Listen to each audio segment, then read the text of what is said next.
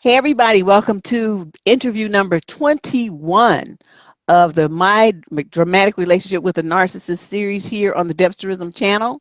Today's guest is going to be talking about her relationship and how her children were involved as well as her. So, it's a good, I think it's a good perspective to kind of talk about, what goes on with children when you have these kind of relationships. We haven't really discussed that in that much detail yet, but I'm hoping that Dee can shed some light on it. So Dee, come on over here. Let's get you introduced to the ladies listening. So tell us a little bit about yourself. Who are you, and why are you here? Um, Hi. I just wanted to get on here and talk a little bit about my relationship with the narc. Since I had children by the narc, I think that the impact is different, and it's something where you're forced to deal with the narc in some type of capacity, even though you have children, because you all have those children together. Um, well, I can say that I grew up as a single in a single parent home with my mom. My dad, uh, he kind of my dad and my mom were married. My dad was a narc as well. So Mm, yeah, and I didn't discover that until I got older, until I actually went to through my situation, and I was like, wow. So that was what was wrong with my dad all these years. I thought it was um, I blamed myself. I wonder, was it my mom, my mom's relationship with him? Was that why come he wasn't in my life? We can get more into that as we go along. But okay. yeah, so I'm in my late 30s. I have one child with a narc. Um, I'm a successful career woman. I I just want to kind of go through the ordeal, so you can just kind Okay. of Well, let's get started then. Let's okay. start at the beginning because I caught a couple of interesting things. You're talking about your parents and you realizing much later in life that your dad was also a narcissist. So tell me a little bit about how you related to him and what kind of impact he had on your young life as you were a little girl. Okay. So I grew up, and the most I heard of my dad when I was young were stories about him. My dad, he wasn't really existing, but the experiences that I did have with him, they were all pretty negative. So Mm, I would overhear like my mom kind of reaching out to him, saying why don't you come and see her or something like that or whatever. And he would say things such as, I don't come to that neighborhood, or basically telling my mom that um, he kind of rubbed in my mom's face that she was poor and she didn't have any money or whatever, and he doesn't come to that neighborhood, like we lived in the ghetto, and things like that. So he took every opportunity that he could when it came to me, was to kind of I guess further abuse her.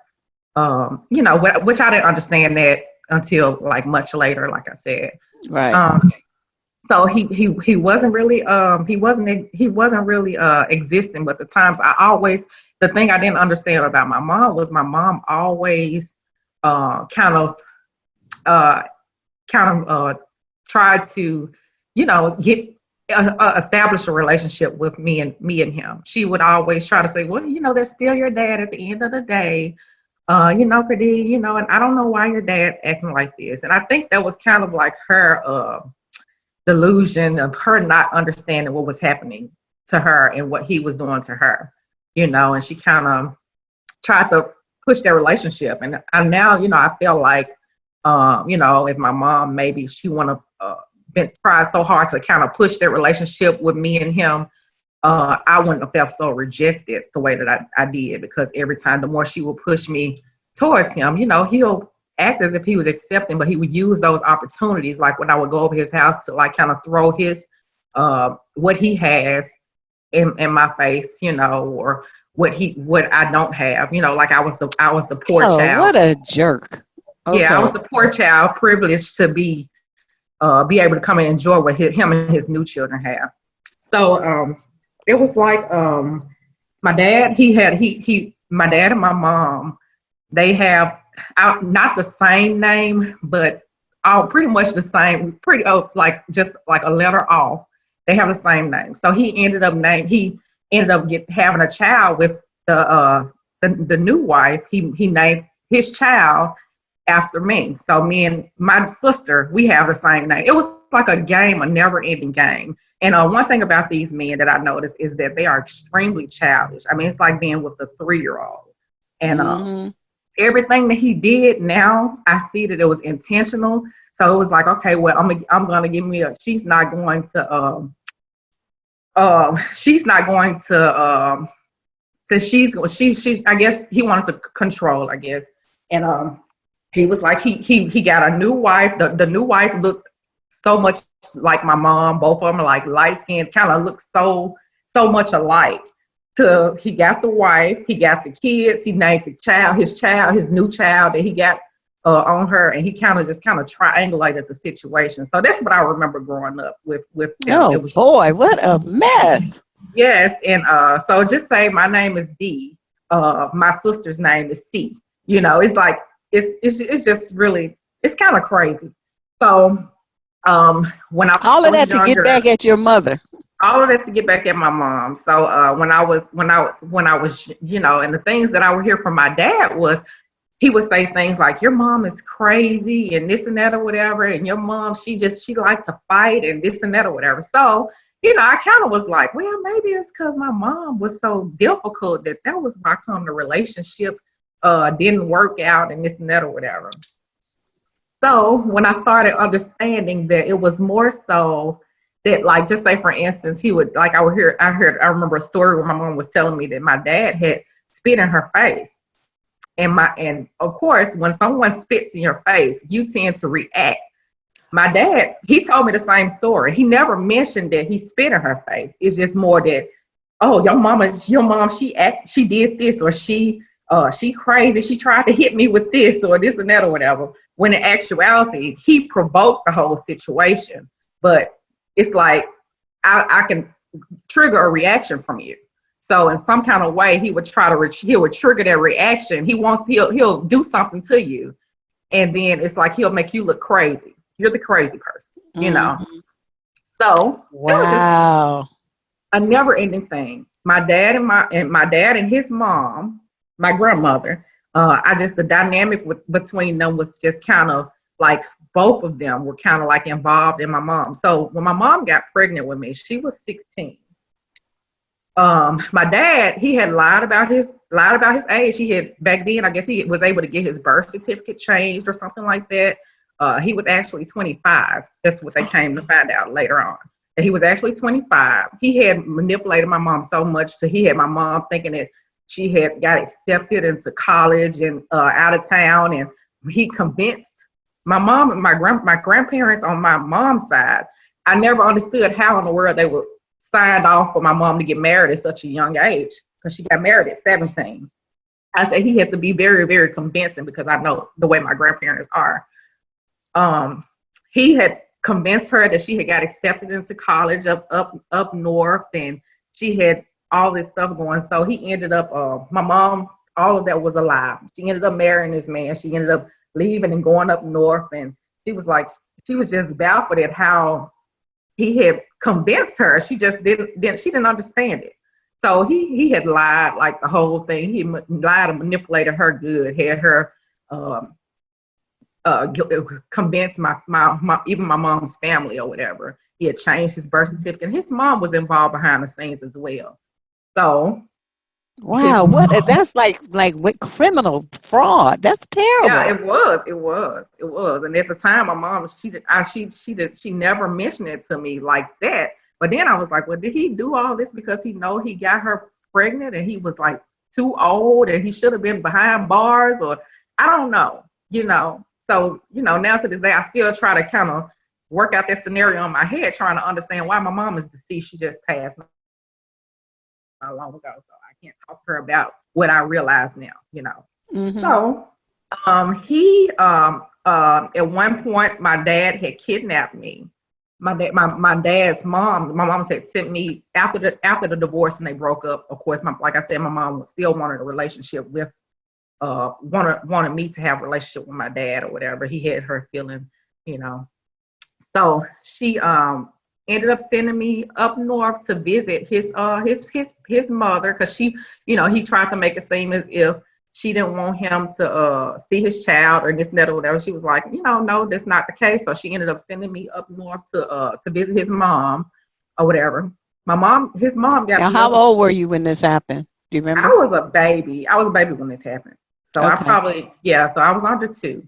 But his mom ended up moving. She ended up changing her phone numbers. My mom couldn't get in contact with me or find out where I was. She changed all her phone numbers. She had moved. My mom had to basically send the FBI looking for me, trying to find me up north. So So they waited. Wait, okay, so this was planned. it was planned. So this is what she did. What they did when they went to court. When they went to court, he told the court that your mom don't even have don't even have the baby. My mom has the baby. The baby is with my mom. And he was basically him and his mom had basically concocted a plan to get me. He was trying to get out of paying child support or doing whatever he was supposed to do for me or whatever. And him and his mom concocted a plan to kidnap me and make it seem as if she's taking care of me and my mom is incapable of taking care of me because she's 16. Basically, this older man manipulating this young girl, and she's probably going crazy at this point because she's only 16 in reality, and he is 25 plus and his mom is like helping him. So it's just a crazy scenario. So these are the Good men. grief. This sounds like a Lifetime movie. It is. Girl. It is. And I'm being just know that I'm trying to be very vague because the situation between my dad is almost identical to the situation that I went through with my daughter. Okay, well, let's So, move forward then. We got a good idea about his hot mess self. Let's right, move on to so then you become a teenager and you start dating. right. Now, was the guy who's the narc that you're going to talk about, was he like a first boyfriend or he was later? No, he wasn't a first boyfriend.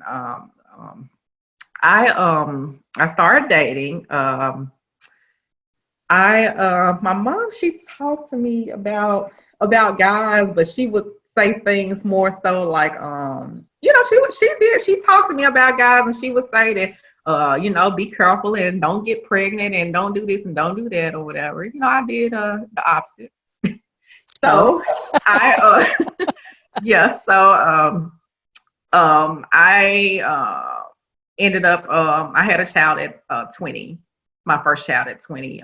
My son's father. I was with him. He was like my first real relationship. I never really dated. So I got with him. We were together for we were together for like 13 years or so.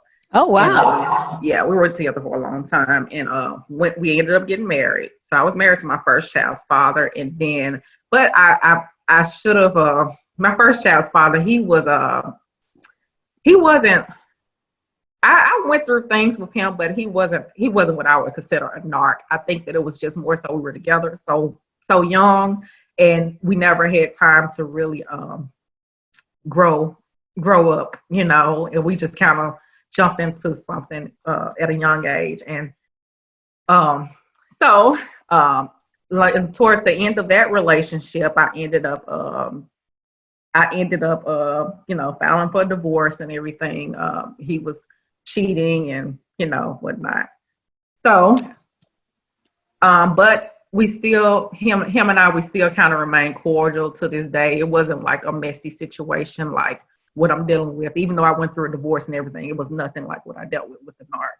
So I Okay. jumped out of that relationship and I ended up in a relationship with a narc. The narc, of course, he was totally different from what I thought as my ex-husband.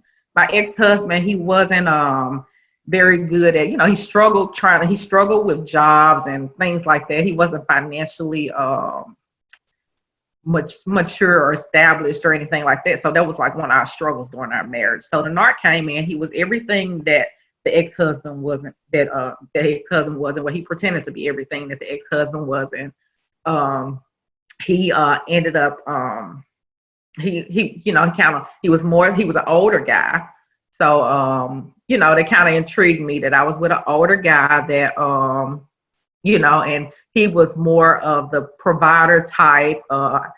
He was kind of he was basically, he just seemed like he was just more established and more experienced. And well, I mean, he's older, he should be. But when you talk right.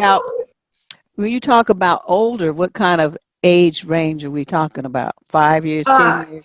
Yeah, he's like 14 years older than me. Oh, very much older. Okay. Yeah. I just want, because I didn't want to assume, when you say older, I mean, that could be like, as little as 4 or 5 years. Oh, okay. I'm sorry. As much as 20. Yeah, he's like 14 years older than me. And I don't know. I just looked at the situation. In looking at it today, I would be like, oh my gosh, no. So he had an ex-wife at the time. He had an ex-wife with 4 children by his ex-wife, and then he had another child, a baby mom. Him and his ex-wife, I think he said they were married for like 20 plus years or whatever. And then after that, after he got out of that relationship, he ended up in another relationship, and he had another child from that relationship. So that was 5 children in all. Now here come me, not really evaluating the situation thoroughly, and we ended up in a relationship, and we were together for 2 years. We were together for like 2 years, and then I ended up pregnant with my son. So he love bombed me. He was so romantic, doing all the over the top. I would get flowers up to my job like every week. I was like, all the other women at work were like, wow, he sends you flowers every day. He must really love you. Mm-hmm. Yeah. So anyway. So that's how he got you. Right. That's how he got me. So it started with him kind of picking me apart, I would say. So why do you wear that lip gloss? That lip gloss is not, that's or it would be like, I know one day he would be like, look at your nose. Your nose, it don't really fit your face. Or it would be something like, what? Yeah, it was just like little stuff that he would just pick me apart. Or like if I wear hair extensions, he didn't like the fact that I wear hair. So everything that he loved about me at first started to become started kind of belittling me, or kind of picking me apart about everything. So how long into the relationship did this start? Do you remember?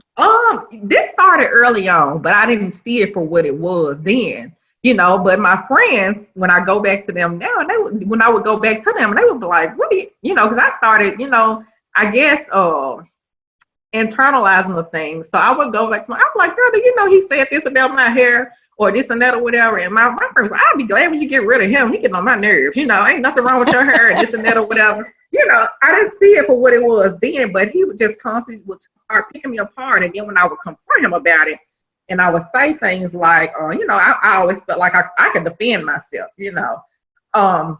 but little did I know I was still internalizing those little insults that he would make, because he would cover it up with, then, it'll be one day I'll be the most beautiful girl in the world, and the next day it'll be, this wrong with you, that wrong with you, and, so forth. So, we would start, like, if we would go, like places. I remember one incident, he had a teenage daughter as well. So he has a teenage daughter. His daughter, she was about 16 at the time. I'm twice her age, a little older, about twice her age. But I kind of have a younger appearance, I guess, to some people. Like, I would get people now saying that I look like I'm 25. They can't believe I'm my age now. So it will be like he started putting us against each other. It's weird, you know, and I didn't understand it. I was like, why would you be comparing me to your teenage daughter? It makes no sense to me. So there was an incident where we went to the beach or something, and I had on a bikini at the beach. And you know, guys would like you know, it was like, oh, she, you know, look, you know, guys just looking and Right. you know, or whatever. So he's there and he would like he said he turned over to me and he had this little look. He was like, well, if my daughter was here, they wouldn't even be looking at you. You know, just things like that. So it was just like his behavior between, like, even my teenage daughter, he would kind of try to put us against each other, and it was just weird. So later on, I ended up once I ended up pregnant around that time. I think I was probably pregnant then. He had convinced me that and I have to say, it wasn't a lot of these it was bad incidents, but they were covered up in all this. He was still going through the love bombing phase. Right. And I was thinking that, but I'm glad you it's not clarified. like it wasn't just all bad all the time, but those were like just some of the bad incidents that stood out early on. So he ended up once I got pregnant, you know, during the pregnancy, he was okay. You know, we didn't have a whole lot of issues or whatever. But it's like I had my own house, and you know, me and my kids were living good. Had established a pretty good life, decent life for myself, you know. So he had convinced me, well, you know, you should it makes no sense for you to us to live in two different houses. We're planning on getting married anyway, and you should just move in with me, you know. So you know, I kind of hesitated, but then I ended up giving in and ended up giving up my place or whatever. I hadn't moved in with him yet until after the baby was born. So about soon as so let's I'm sorry, let's fast forward to me going to the hospital and me being in labor. So the day that I had my child, my doctor, she was just kind of like, you have to go to the hospital. You have to have him now. I ended up having him early. So sent me to the hospital. I got ready. You know, I called him and I was like, you know, the doctor's saying, you know, I'm kind of panicking because I wasn't expecting to have him so soon. Right. And I was nervous and I was by myself. So I didn't have anybody but him. And my mom had just passed, and it was just a hard time for me, you know. So he just kind of like had like an attitude with me, and I was like, what did I do? You know, I didn't understand why he had this attitude. Like, did I do something wrong, or did I say something wrong? And he was just started like saying little crazy stuff like, you just think I'm supposed to jump when you say jump or this. And I was like, no, I said, the doctor said this, and I got to go to the hospital, and I got to do this, and I got to get this ready, and I need this, you know, so I'm kind of panicking or whatever. So anyway, we get to the hospital. When I get to the get ready to went to the hospital, had the C-section, everything didn't go smoothly while I was in the back. So needless to say, I almost lost my life. So I ended up when once everything everything is kind of blurry, but I remember going to me being in my room. And of course, I looked bad. My hair was all over my head, this and that, or whatever. The first thing I remember him saying, he was standing over me, and he was like, "Look at you. You don't even look the same no more. Look at your hair. You know, your hair is all over your head. Your tracks showing, and oh, look at you. You just don't look. You look awful." And he was just like, "Wait a minute. You had just went and had a baby." Yeah. Struggling, making sure that you stay vertical and stuff, and don't go over there underground somewhere. And this fool come into the room, and the first thing he can say to you is to start complaining about your hair. Yeah.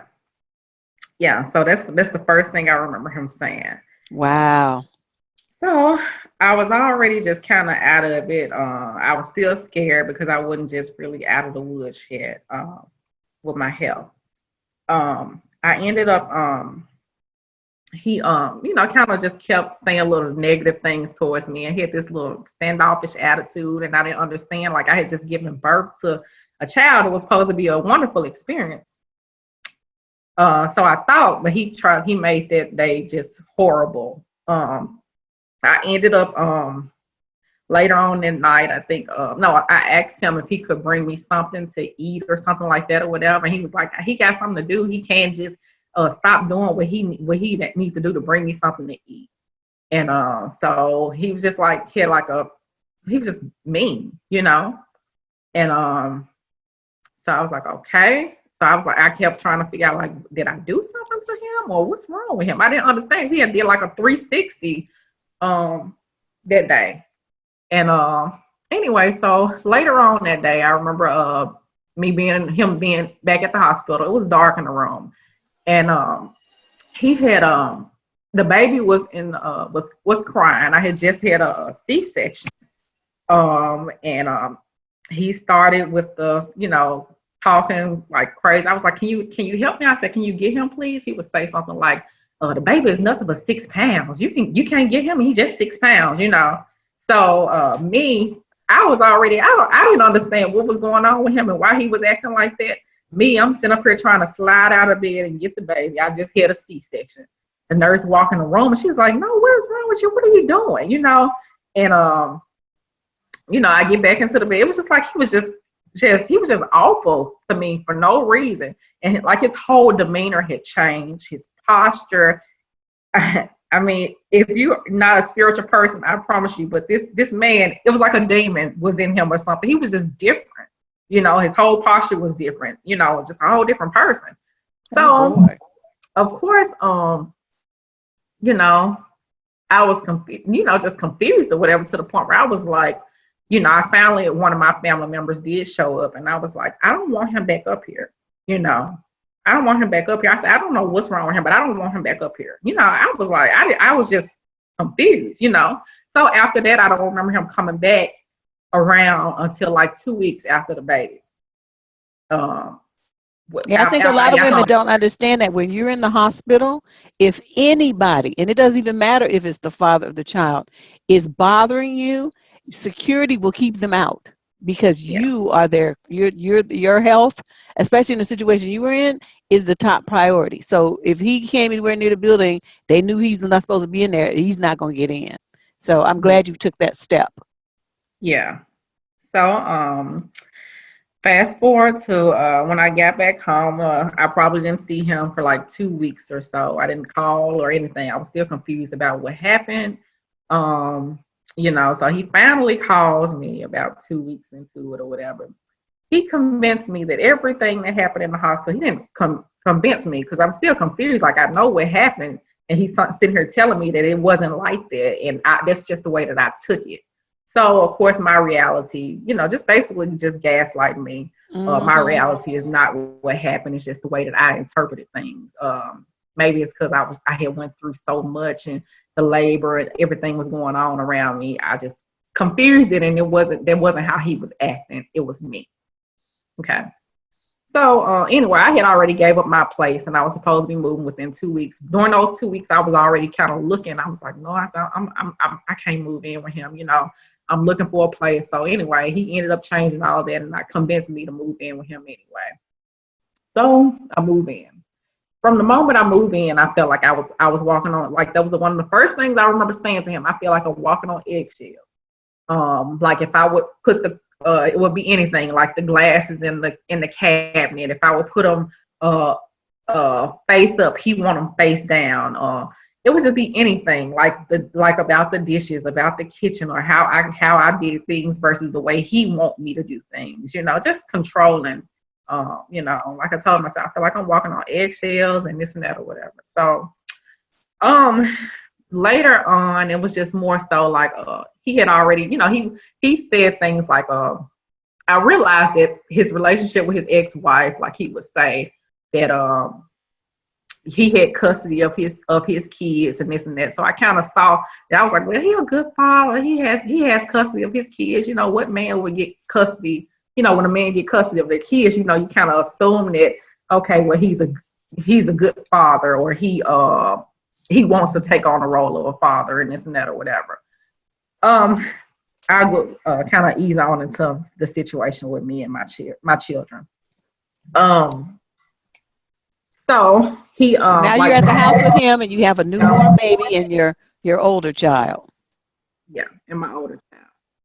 So he would start trying to nitpick at my older child.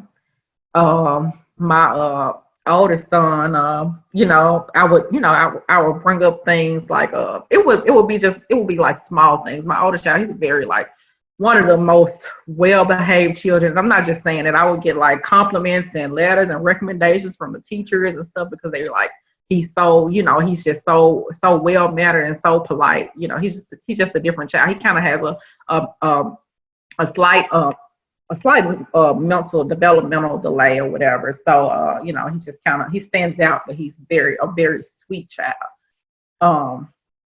He would kind of try to nitpick at my oldest child about just anything, about just anything. The same way he would kind of try to nitpick at me or whatever. And my son kind of felt the pressure too, like, mom, like, he didn't act like this at first, like, mom, what's wrong with him and why is he always picking at me and this and that or whatever. So, of course, me and him, we would have a conversation. I'm like, is it he would try to say that I'm babying him, or he's trying to make him into a man, and I'm trying to baby him and coddle him and this and that or whatever. And that wasn't the case. It was just more so that he was just trying to nitpick at him and pick him apart the same way that he was doing me. Mm-hmm. So fast forward into the situation when him and my son ended up into a altercation.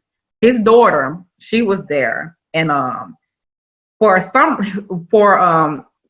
past few weeks, him and his daughter had kept having incidents where, her being a 16-year-old girl, she wants to go out and go out with her friends and this and that or whatever, and he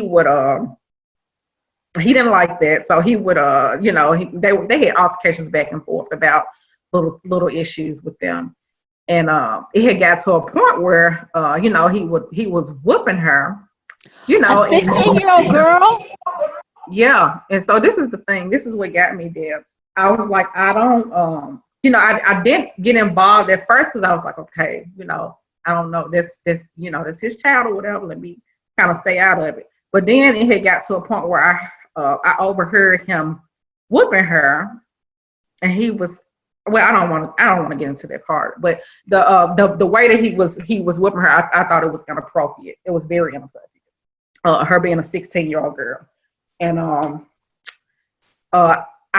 told him, I said, the next time, I said, I'm not going to say the next time, I said, this can't happen no more. I said, this can't happen no more while I'm here. I said, and if it happens again,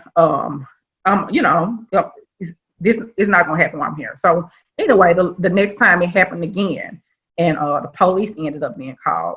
So this time it happened again. I ran upstairs and I tried to pull him off of her. While I was pulling him off of her, my son sees me tussling, trying to pull him off of her. And my son, he's thinking that he's doing something to me, and it ended up being an altercation between him and my son and, the kids. So it was just a bunch of chaos. But to make a long story short, this man, he had some issues, and the daughter, the 16-year-old daughter, I don't even believe that. I believe that it was some abuse going on behind the scenes with her. I can read between the lines. I understand what you're trying to say. Yeah, I believe that it was something going on behind the scenes that she was kind of crying out for help. Exactly. I believe in that.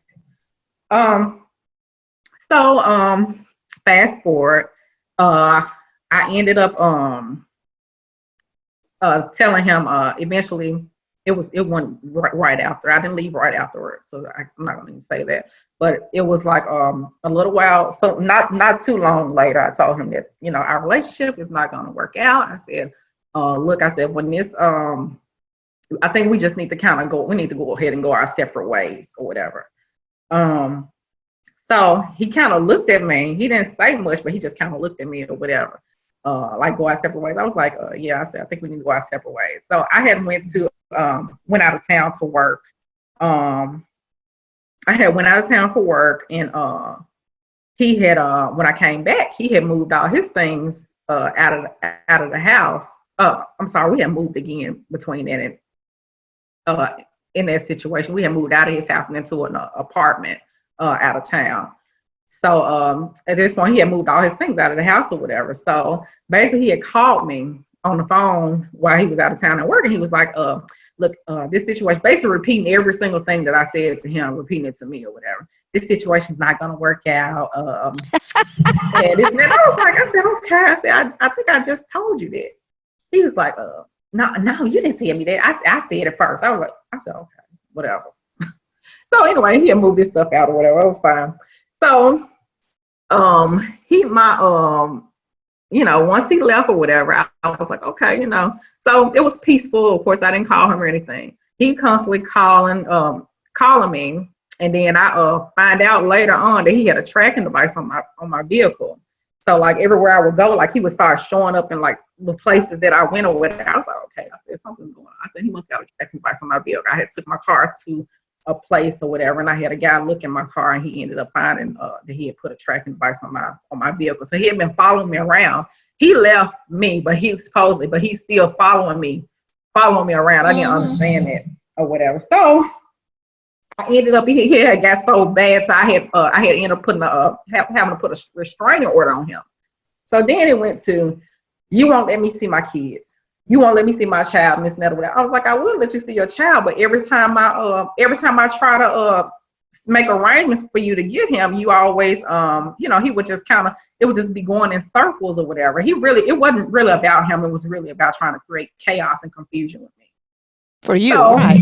Yeah, they don't, because you had the nerve, D, to get away. How dare you? Right? How dare me? So that's when it started, the custody battle. So then he had went through once I found out he got the restraining order on him. His revenge was, okay, I'm gonna go and file custody for custody of the child. So needless to say, now we're in the custody battle.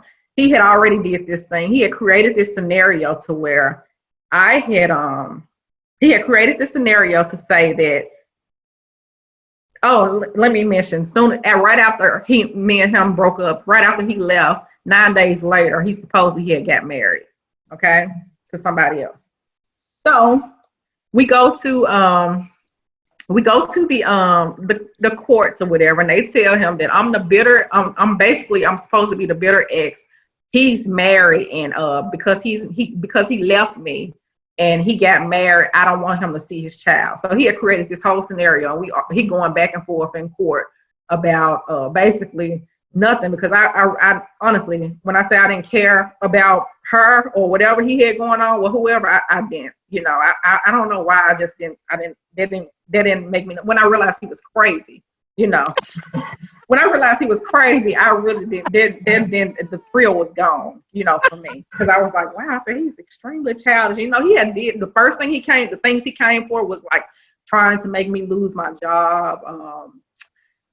I had got a very well-paying job. That's how we ended up moving to another state. I had ended up getting a very well-paying job or whatever. So he was like, first thing he said, he was like, well, that's why I'm gonna move both of my baby, his ex-wife and his baby mom. He gonna have both of them move down here in the city where I'm at. I was like, okay, y'all can have the city. I'm gonna leave. So I had took me and my kids. He said, the whole city. He said, I can have the city away. So I ended up quitting my very good job that I had gotten. Ended up quitting that job, and I had moved. I had got my kids and moved because he had been stalking me, and it had gotten to the point where he would I would come outside, my tires would be slashed, and it's just me and my 2 children in a city where I don't know anybody but me. So I had kind of got scared for a minute, thinking I don't know how crazy he is, but I know something wasn't right. And I started thinking back about the situation with his daughter and the stuff that he would tell me about his ex-wife, and things like that. And everything I started adding up a little bit more to me. No, he's the crazy one, and the stuff that he was saying that she was doing, it was more likely the other way around. And I just started figuring things out. So I was like, I said, I need to move back closer to home with family so I can have some support and some help or whatever. Of course, he had kind of refused all support and stuff, like helping out with the child and this and that or whatever. So I was like, let me go back go back the other way. So I moved back home, and I get the notice that he wanted to he was trying to file for full custody or whatever. Um, to keep that going, I had to end up basically the courts, when you leave a state and you have a children together, the courts that's in the other state have jurisdiction. So a lot of times they will tell you that you either move back to the state that you were in, or your child has to go with the father, because we have a jurisdiction and the father is still in a state with the jurisdiction in it. So, that's just a heads up for any woman that's kind of going through that with children and moving out of state, because there were like a lot of people that I saw like along the way that were kind of caught up in this scenario with the state change and things like that or whatever with children. So he had like on emails, he would like trying to send me emails. So I had stopped answering my phone for him in all communication. I responded to all communication, but I will only respond to communication, written communication. It had to be like some type of email or text message or something, because I had to start creating a paper trail when I started realizing what I was dealing with. Exactly. That's another thing. Always, everything has to be documented. Even still to this day, I very, very seldom do any kind of phone communication with him. It would have to be written some kind of way, because he's still, you never know what happens next with him. So he ended up basically going like writing communications like, I know that you mad because I left you, and whatever I did wrong, I apologize. All I want to do is see my son, and this and that. He just started making this scenario. So for a woman on the other end, that's not the case. Your instant reaction would be like, he's trying to make it seem like I'm crazy when I'm not, and I'm doing these things and I'm not doing, and you want to defend yourself, of course, against that. So then it draws you into this going back and forth. Then you start actually looking like you're the crazy one when you're not, So I kind of caught on to that early on, and I learned how to disengage from that. He was trying to take my son, and he basically had started telling my son, look, call this new woman that I have, this is mama. So my son would start calling the other woman mom, and he using this other woman to like quote unquote raise my child while he was trying to take full custody of my child. He never did any of the work or the child rearing responsibilities, but he wanted this other he found another victim and used her basically to basically stand in for the gap. And like he started telling the people like, well, she's this, she does this for a profession, because she works with children as a profession or whatever. And he started trying to use they call his narc flying monkey. Yeah. So it was just a long, like drawn out thing with the custody. Fast forward to the end. How did it end? Fast forward to the end, he ended up telling the people that he had like 10 kids. He had done this in like several different states, 3 different custody battles in 3 different states. All of his children have been through a custody battle. So it's a repetitive and never ending thing with him. I ended up getting full custody of my child. But there is still, visitation requirements where I have to, of course, do visitation with him. And I just want to say, like, for people that are going through the situation, when on paper with the court, I made sure that all communication was documented, like on paper, and I didn't have to communicate with him by phone. He had to communicate with me either in some form of written communication by the courts or whatever. Of course, he doesn't like to comply, but he doesn't have a choice because I don't answer. Right. I just learned how to disengage from the situation with him and him trying to draw me into things. He wants to like triangulate me with the ex-wife and things like that. That won't happen because I don't even answer my phone. I don't respond. I will get text messages here and there where he would try to pull us into situations, and I don't respond to those. Anything that I think that is trying to negative, I'm always straight to the point when I talk to him about when it's anything pertaining to our child. What time are you picking him up? What time are you bringing him back? That's all I want to know.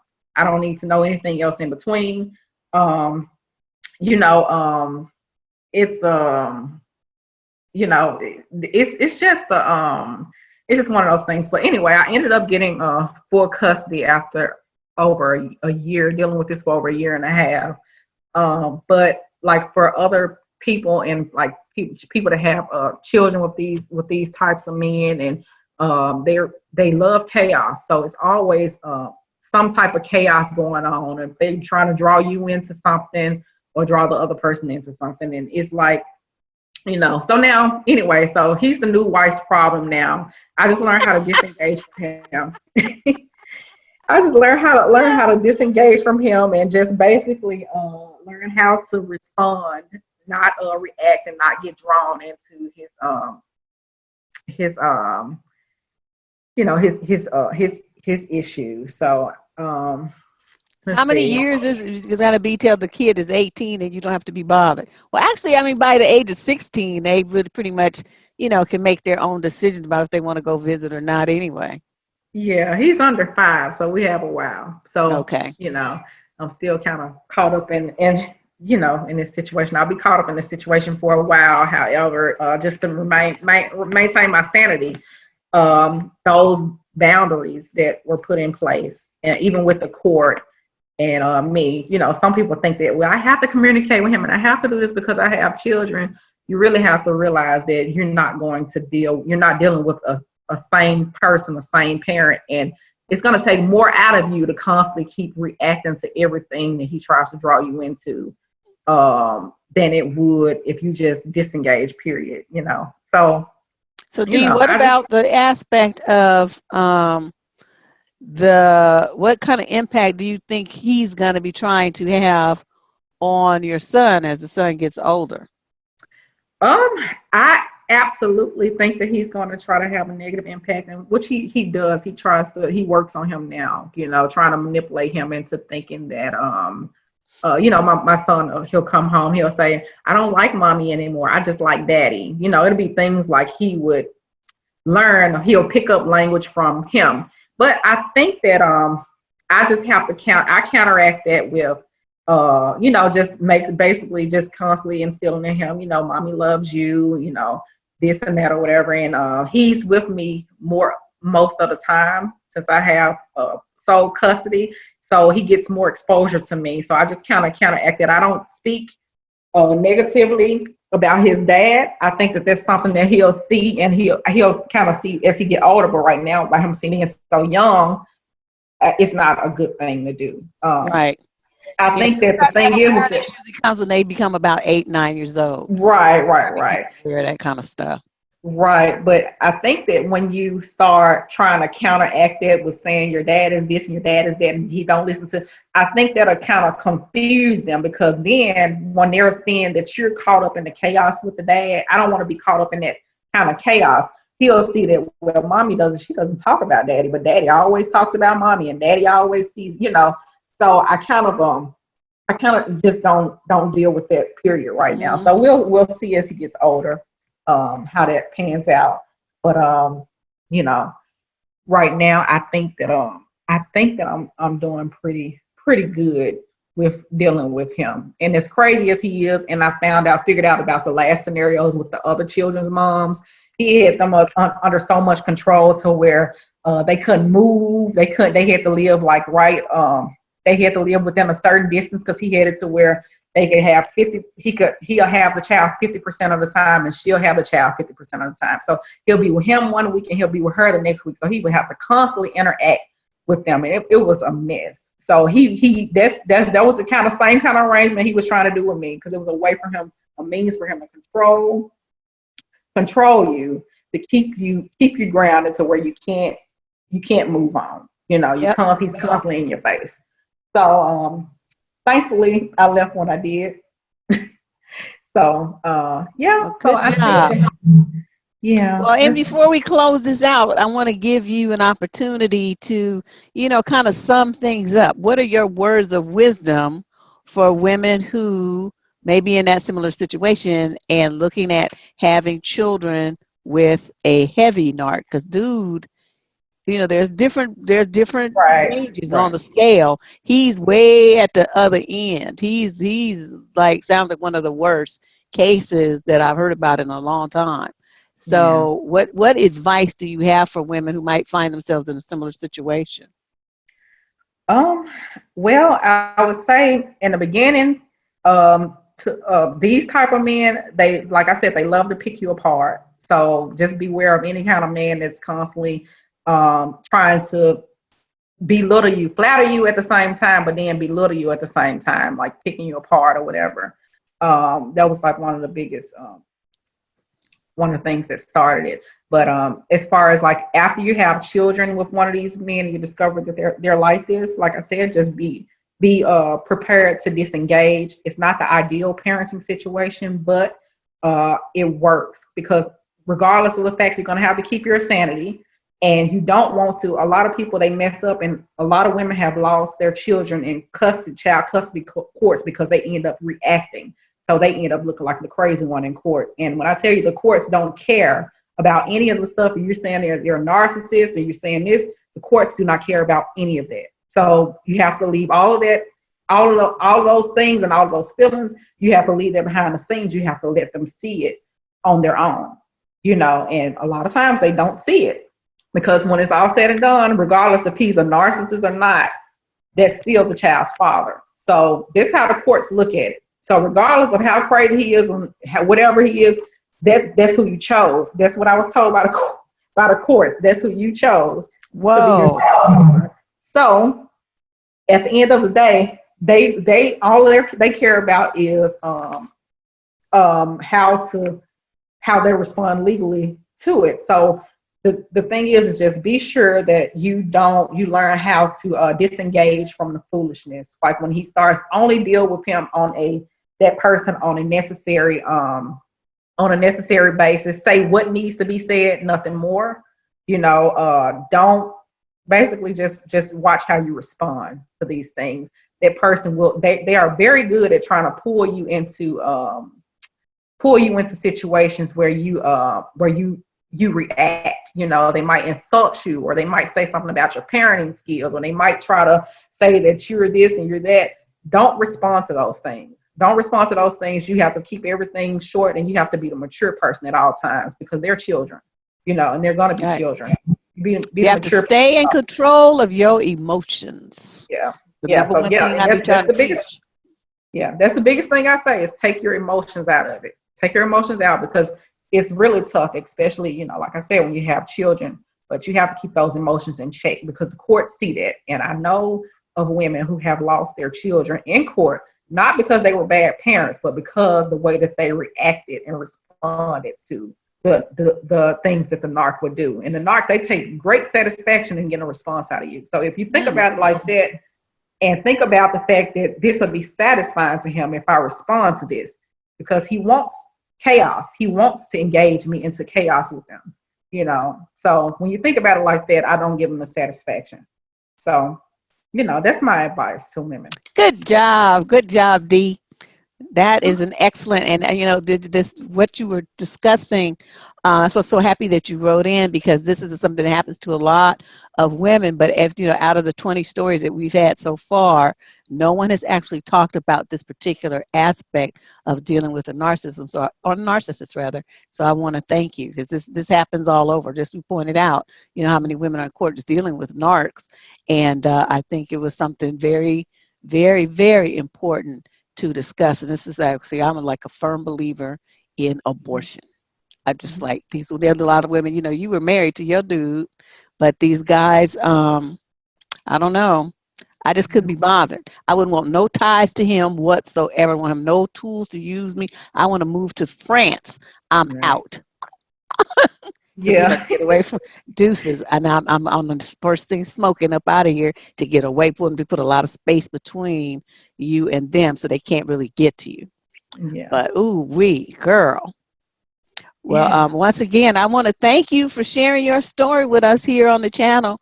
I'm going to do my Okay. best to get it up as soon as I can. Yeah. I need to be Hopefully better. it helps somebody. Oh, I'm sure it will. And at least this will serve as a word of warning, not, for people that may not even be in a situation like that. But if they run into a guy like that and it's, he starts producing those kind of things, they're thinking about marrying him, they can say, wait a minute. I wonder if he got them Right. traits Dee was telling me about. I better look closer. Yeah. Yeah, because my mom, I think she never noticed what she was dealing with. She never truly noticed that he was provoking her, and everything was intentional. It wasn't by accident. It wasn't like this man just did this. He planned it. It was intentional, and once you realize that, it changes things. So It does. yeah. All right, girlfriend. Well, you enjoy the rest of your day, All and I right. will see you real soon on the wall. Okay. All right. Okay. Thanks, Dee.